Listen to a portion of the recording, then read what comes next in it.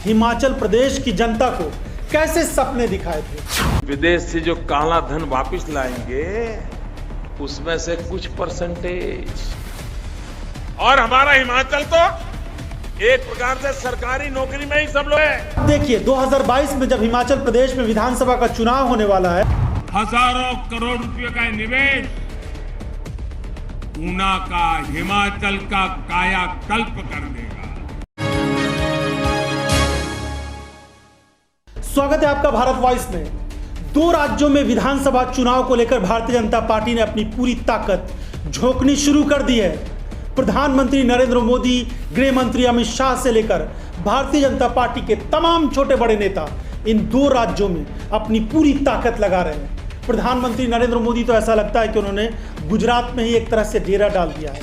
उधर हिमाचल में भी चुनाव प्रचार तेजी से चल रहा है। लेकिन इस चुनाव प्रचार की एक खास बात यही है कि एक बार फिर से जनता से प्रधानमंत्री नरेंद्र मोदी उसी अंदाज में वादे करते नजर आ रहे हैं जो वादा वो 2014 या 2019 में करते नजर आ रहे हैं। हिमाचल प्रदेश में इस वक्त विधानसभा चुनाव को लेकर लोगों की बहुत सारी उम्मीदें हैं, क्योंकि इस राज्य में पिछले 8-10 सालों में वो हालत हुई है कि पर्यटन का बुरा हाल हो गया है, खेतीबाड़ी लोगों की एक तरह से चौपट हो गई है, बेरोजगारी ने हिमाचल प्रदेश में रिकॉर्ड तोड़ दिया है। लेकिन इस सब के बावजूद प्रधानमंत्री नरेंद्र मोदी अगर हिमाचल प्रदेश में जाते हैं तो जनता से एक बार फिर से नए वादे कर रहे हैं और लोगों को फिर से वही सपने दिखा रहे हैं जो पहले दिखाया करते थे। इसके पहले कि अपनी बात को आगे बढ़ाएं, आपको दिखाते हैं प्रधानमंत्री नरेंद्र मोदी ने 2014 में किस तरीके से जनता से वादे किए थे, हिमाचल प्रदेश की जनता को कैसे सपने दिखाए थे।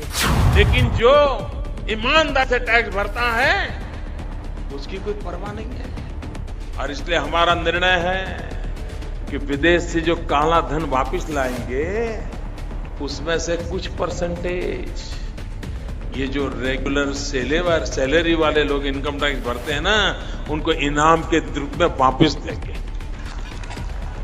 उनकी देशभक्ति की इज्जत की जाएगी। और हमारा हिमाचल तो एक प्रकार से सरकारी नौकरी में ही सब लोग है, बंदी इनकम वाले हैं, बेचारे इनकम टैक्स भरना पड़ता है, उनको इसका फायदा है। और अब देखिए 2022 में जब हिमाचल प्रदेश में विधानसभा का चुनाव होने वाला है तो एक बार फिर से हिमाचल की जनता को सुनहरे सपने दिखाए जा रहे हैं। हजारों करोड़ रुपए का निवेश ऊना का, हिमाचल का कायाकल्प कर देगा। इससे रोजगार के हजारों ऐसे अवसर पैदा होंगे, स्वरोजगार के हजारों अवसर पैदा होंगे। तो ये हालत है इस देश की राजनीति का, जहां पर जनता से किए गए वादों का क्या होगा, क्या जो चुनाव के समय में वादे किए जाते हैं वो पूरे होंगे या नहीं, इस बात की जवाबदेही किसी के पास नहीं है और कोई इसका जवाब देने को तैयार नहीं है। प्रधानमंत्री नरेंद्र मोदी का वो जुमला सब जानते हैं कि 15-15 लाख रुपए खाते में आने की बात कही थी, उसके बाद 2 करोड़ नौकरियां देने की बात कही थी, चीन को लाल आंख दिखाने की बात कही थी, और कि अरुणाचल में चीन एक गांव बसा देता है, हमारे नागरिकों का अपहरण कर लेता है, अतिक्रमण करता है। सरकार का मौन क्यों है?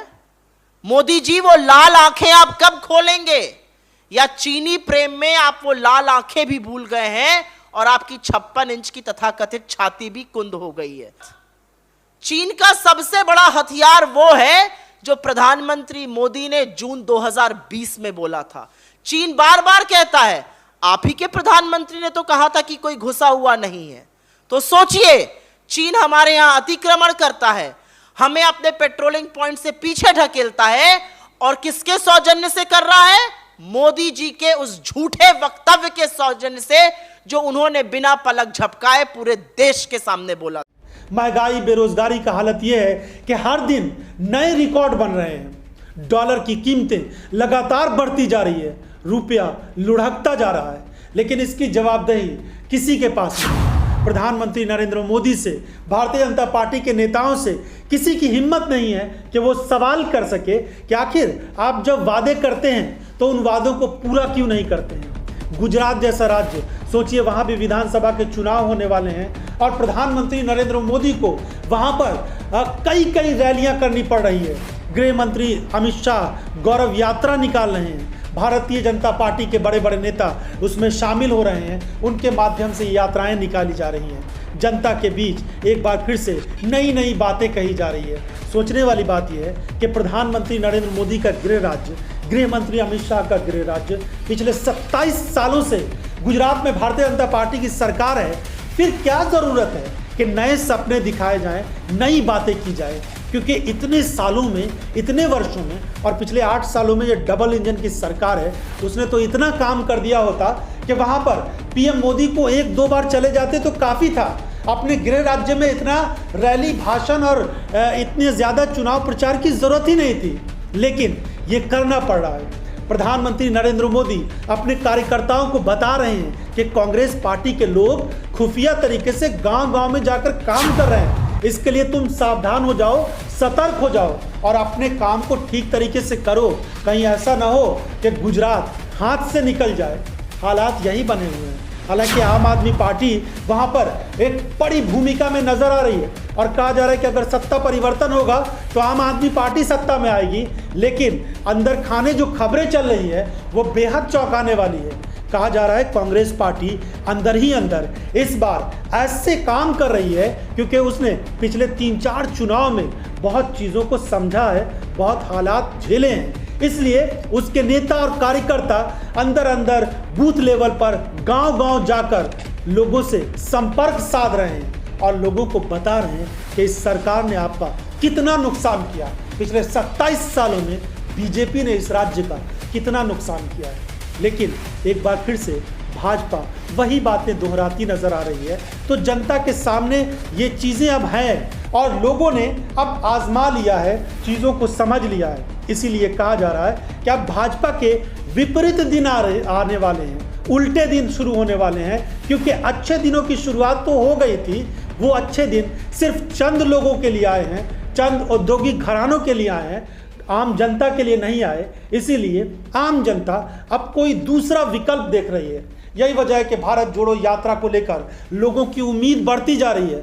राहुल गांधी का ग्राफ लगातार तेजी से अगर बढ़ रहा है, राहुल गांधी एक लोकप्रिय नेता बनते जा रहे हैं, तो सिर्फ यही बड़ी वजह है कि प्रधानमंत्री नरेंद्र मोदी से लोगों के अंदर निराशा बेतरह बढ़ी है। अब देखते हैं आने वाले दिनों में इन राज्यों में जो चुनाव होंगे उसका परिणाम क्या आता है। लेकिन जनता का गुस्सा और वो नाराज़गी बता रही है कि भाजपा के लिए ये अच्छे संकेत नहीं है। आपकी क्या राय है इस वीडियो के बारे में? अपनी राय हमें ज़रूर दीजिएगा। बहुत बहुत धन्यवाद।